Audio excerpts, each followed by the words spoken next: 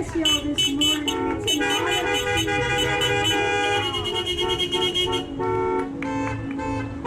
as they were going on the 8th week of not being able to have church, not being able to hug each other.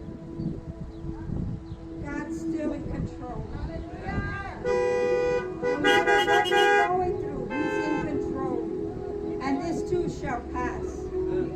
You know, I don't even have a pulpit. I couldn't bring any notes or anything. But as I meditated and I thought, I said, what am I going to tell my sisters? First of all, I love you. God bless each and every one of you all. I pray that you have a blessed day today. Not only the mothers, but I feel once you get married and you have a husband, you're like a mother to your husband. You cook his food, amen. You cook his food, you fix his clothes, you wash his clothes. And that's the mother instinct in us that the Lord put in us.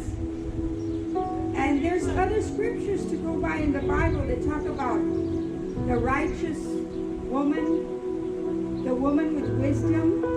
It also talks about when you find a good woman, you found a good thing. And I said, Lord, should I talk about that? And the Lord showed me, talk about one woman, because there's many women in the Bible. God has instilled the women with a power that is so unimaginable. He has instilled us with something that's automatic in our system, the motherly instinct in us.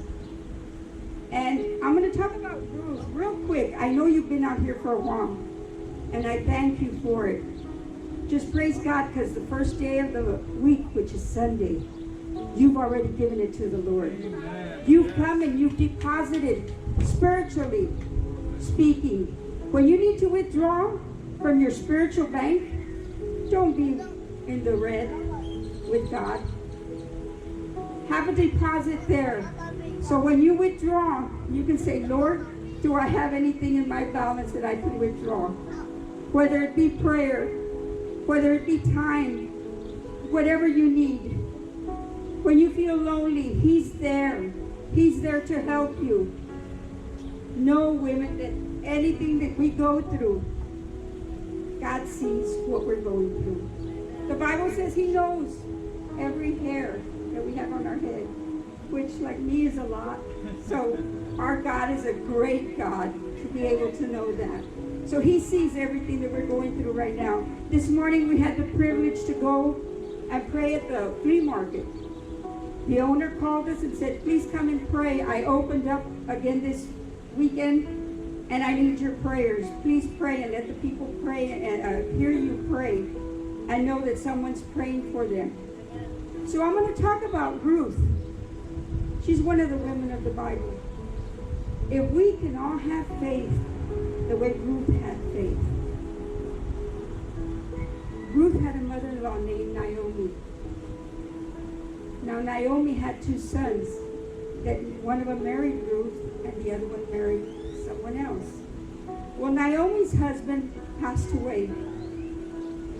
Then the two sons of Naomi passed away. So she had her two daughter-in-laws with her. And she told them, you know what? There's a famine in the land. I need to go back to my country. I need to go back where I come from. I need to go back to Jerusalem. And she told the daughter-in-laws, you know what? They were Moabites. And the Moabites didn't get along with the Jews. And she said, you're not going to make it where I'm going, where I'm from. Go back, stay here with your families and see if you can get a husband, if you can get married again and have children. Because I can't have any more children. This is Naomi talking. She said, I can't have any more children. And if I do have children, you'd have to wait until they grow up for our lineage to continue. And one of the daughter-in-laws said, you know what? It's kind of like us. I want the easy way out. I'm going to stay. I'm going to stay in my hometown. But there was one daughter-in-law, which was Ruth. And she said, she looked at her mother-in-law and she said, you know what? I'm going with you. Your people will be my people. Your God will be my God. Even if it meant that Ruth was never going to get married. Whatever it meant. But she put God first. No matter what situation she was in, she put God first. And that's what we're doing today. That's what the people need to start doing. Put God first. That's what He wants. He wants an awakening in this world. He wants for us to be shaken. And in these weeks, He has shaken a lot of people. But He wants it to continue, putting Him first. So Ruth goes with Naomi. And one day, that Naomi sent her out to go get food. She would go to the fields. She'd tell her to go to the fields right after they picked the grain. And she said, pick up whatever they left. And that's what we'll live off of. So Ruth was doing what her mother-in-law told her to do. Little did Ruth know that the owner of that land was a very rich man, a wealthy man.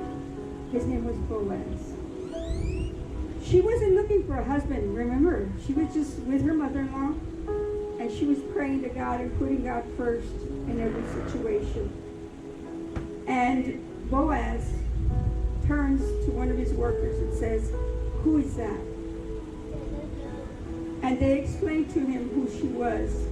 So every day he'd tell them, leave a little more so that she can pick it up, all the grain. So he was watching her every day as she would go to pick the leftovers up. Long story short, I remember I said I wasn't going to talk that much. Long story short, she ended up marrying Boaz. And God blessed her because during the time that she was married before, she didn't have any children. And God blessed her with a child. And the child's name was Obed. Obed had Jesse. Jesse had David, which is in the lineage of Christ. Had Ruth not listened to what God wanted her to do, where would she be? Where would the other daughter-in-law be if she had listened to God? And I'm telling you today, women, you say, well, why are you saying all this, sister? Don't lose focus. Put God first. Continue. No matter what you're going through, Sister Adela, you're in my prayers all the time. No matter what you're going through, God sees it. Put Him first. Don't lose focus on putting Him first. Let us be like Ruth and continue on. And if you want, read the book of Ruth. It's only 4 chapters long. But just stop and think of what God could do if you put yourself totally in the hands of God. I bless you all. I love you. And God willing, we'll be able to see each other soon, closer, be able to hug each other and all. And I want to thank you for all your help that you've done, for all your prayers. I know that y'all are praying for me. God bless you.